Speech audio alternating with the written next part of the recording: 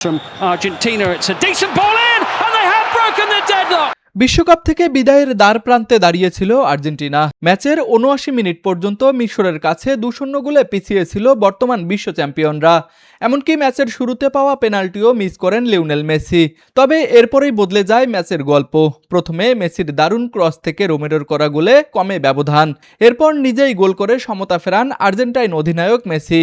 আর injury টাইমে Lautaro মার্টিনেসের নিখুঁত cross থেকে জয়সূচক গোল করেন এনজো ফার্নান্দেজ। এর মধ্য দিয়েই মাত্র ১৩ মিনিটে ৩ গোল করে ৩-২ ব্যবধানে অবিশ্বাস্য জয় তুলে নেয় আর্জেন্টিনা। আবেগঘন এই জয়ের পর শেষ বাঁশি বাজার সঙ্গে সঙ্গে চোখে জল দেখা যায় মেসির।